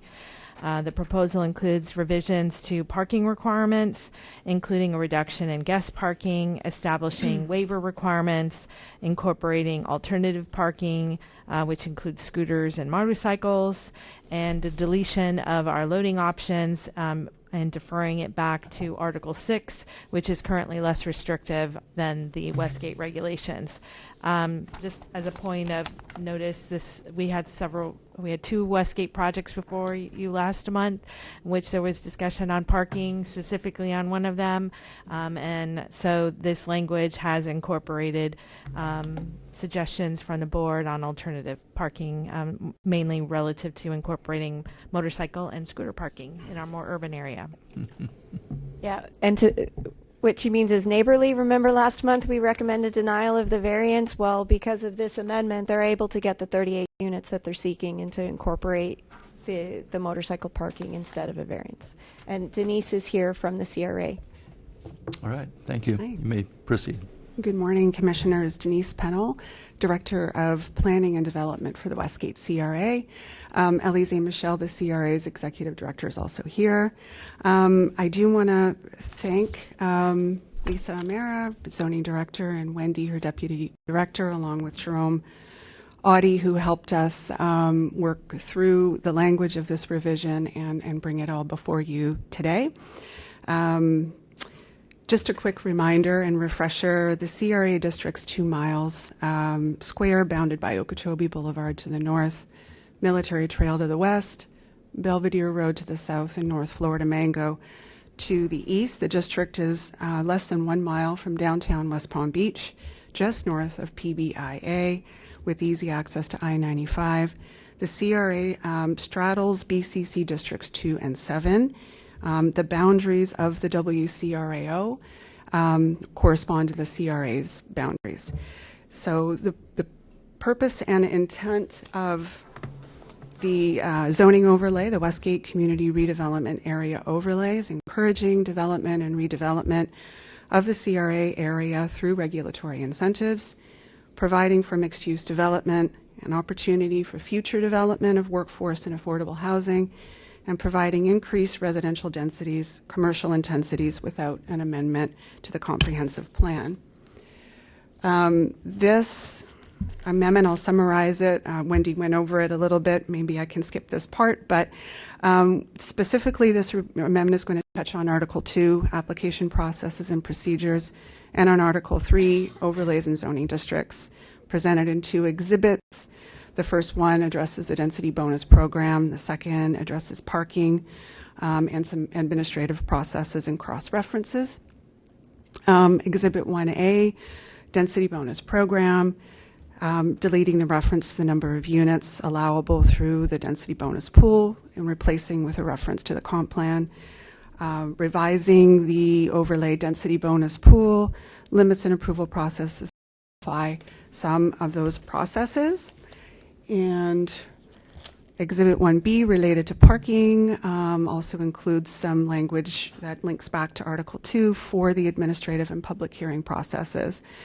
The first one revises WCRAO parking, puts in some requirements for reduced guest parking, establishes waiver processes, incorporates those alternative parking options that Wendy mentioned for additional parking reduction. It also deletes the redevelopment loading option, going back to Article 6 for that, which are less restrictive standards. Okay. The intent of the proposed revisions.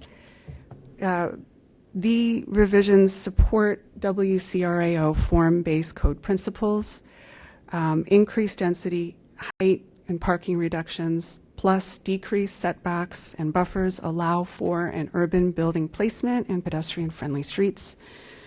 These revisions are going to offer better flexibility and some relief mechanisms in land development standards needed to support infill redevelopment and housing production. Facilitates the county's U.S. tier policies to encourage sustainable urban infill development, supported by the policies of the comprehensive plan, the goals of the CRA's community redevelopment plan, anticipated to have a positive public and business impact, remove some obstacles related to higher density and mixed-use redevelopment, increases housing options across the income categories to meet a countywide demand. I'll start with the bonus density program. I'll try to go through this just focusing on the bolded words. There's a lot of language in here, but part of this revision does convert tables to text. This is part of the zoning division's push to transition the ULDC to Municode, improve the readability. So the second point related to the bonus density pool, deleting the reference to number of units. Right now it reads at 1,300. This does not need to be repeated in the ULDC. That language exists in the comprehensive plan. There is a text amendment underway to the comp plan policy 123B WCRAO, residential units, to increase the number of units available in that pool. It was initiated by the BCC in August of last year. We continue to work with the county to bring that before the board again for transmittal. Related to the bonus density pool limits and approval processes, clarifies the applicable approvals process.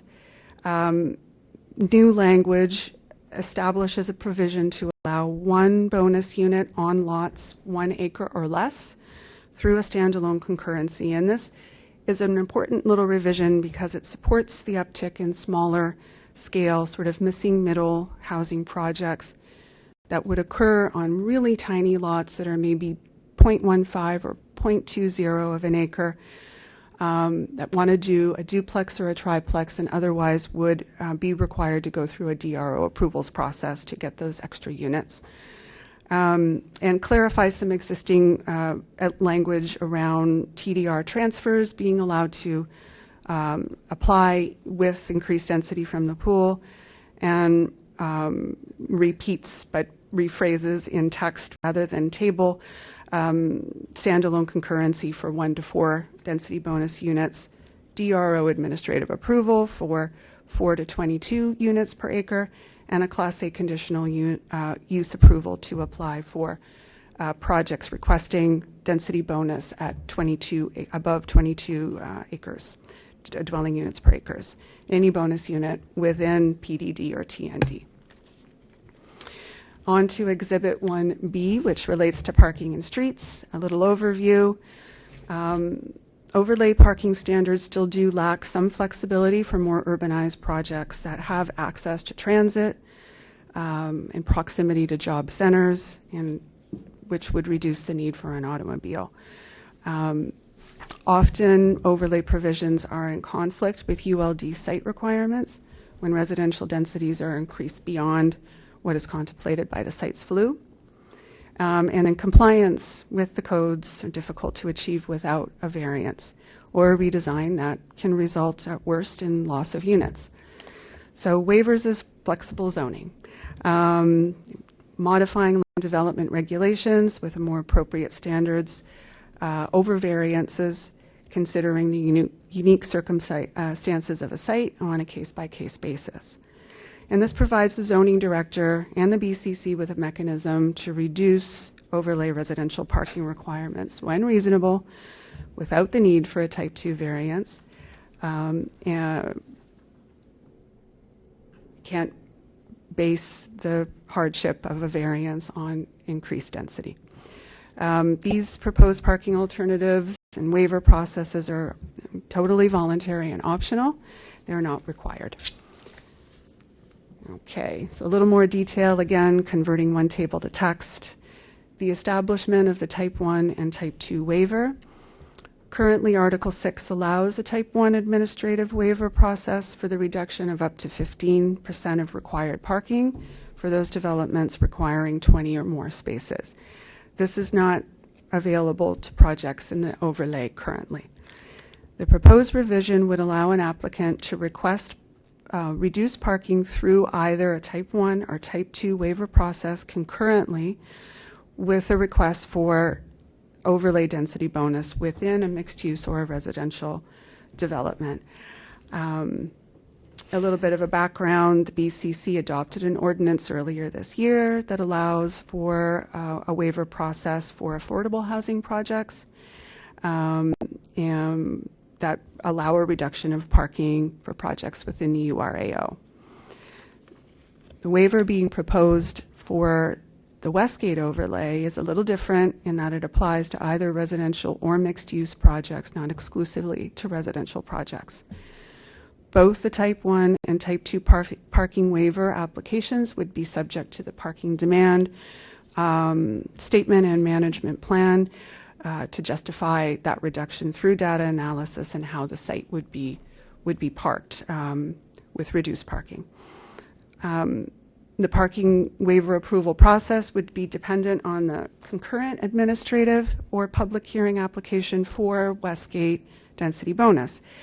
So a concurrent request for density that is between 4 and 22 units per acre, approved through the DRO approval process, those applicants could request a Type 1 waiver for a parking reduction of up to 15%.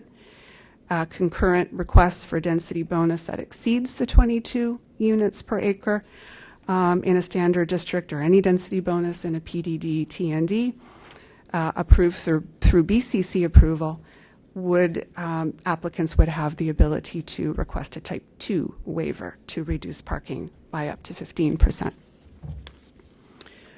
Sorry, I forgot to switch the slide out. Alternative vehicle parking. This was mentioned by Wendy and came up at the last zoning commission meeting related to the Neighborly project. So the addition of alternative vehicle parking for any mixed use or non-residential project providing more than 50 parking spaces.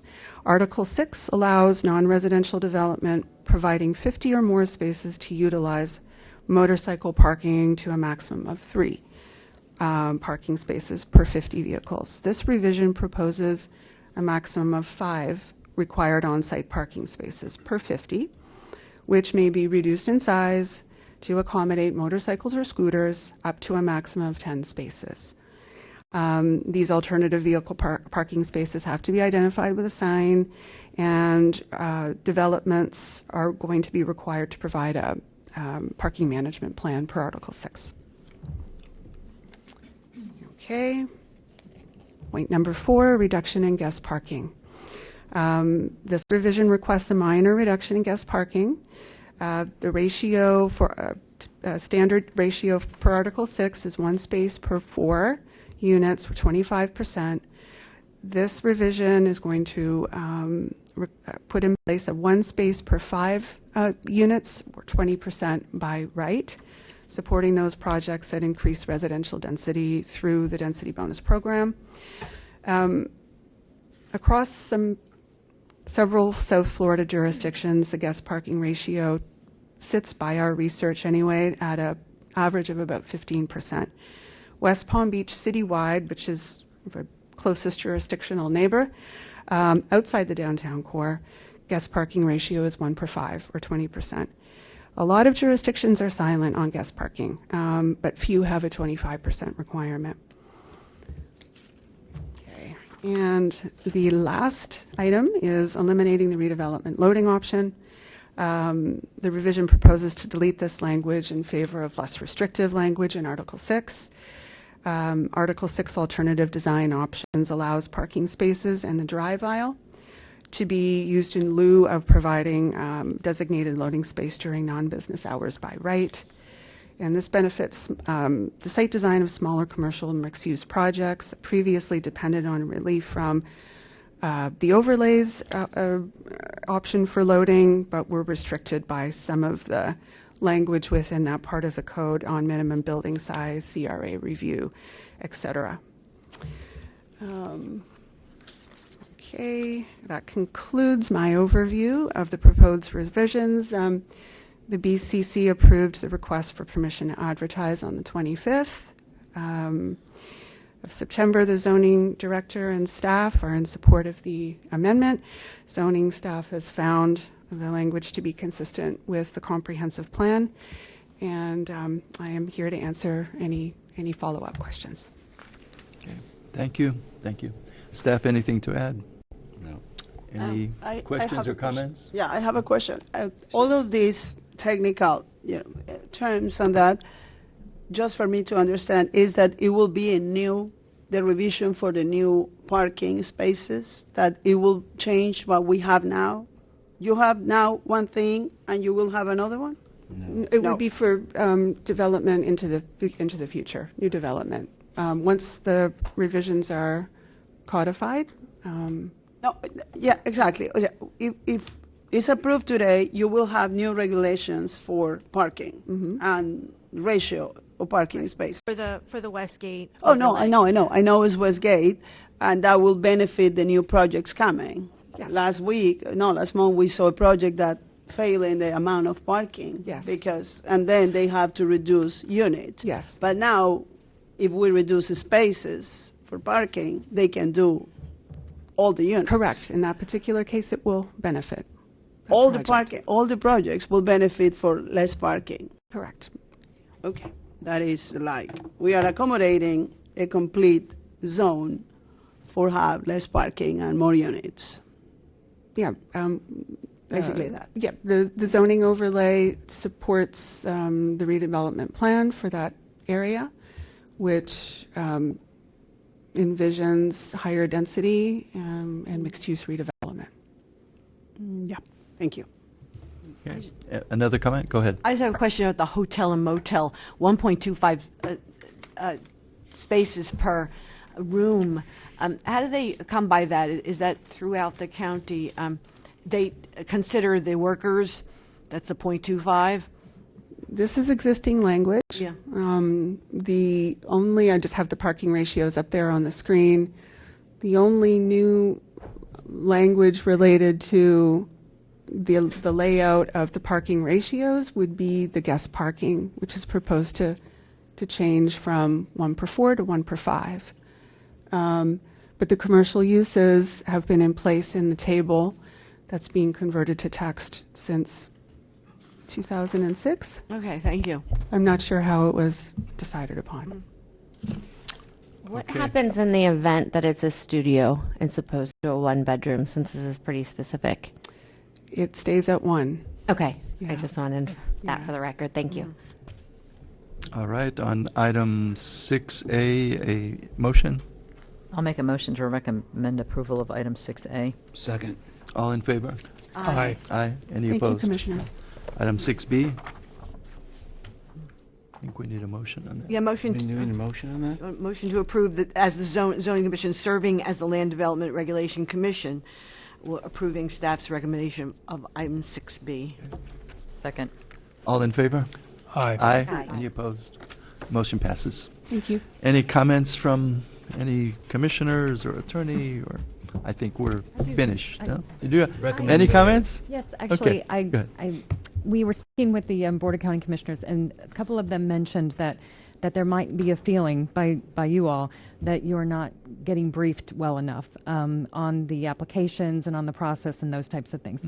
So we just wanted to follow up and make sure that you know that if you want to have a one-on-one briefing prior to this meeting, or you want additional information, we are happy to oblige and make ourselves available to do that.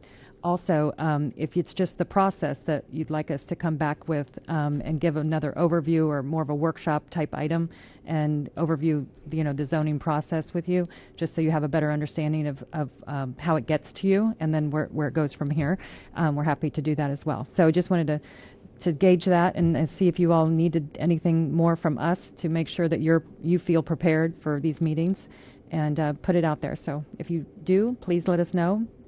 Okay, Say thank something. you. Can I just say Go ahead. something? Go ahead. I think staff does a tremendously good job. I've been here several years, and I've not seen any complaints. Actually, it keeps improving and improving, even though I'm the only one who likes paper.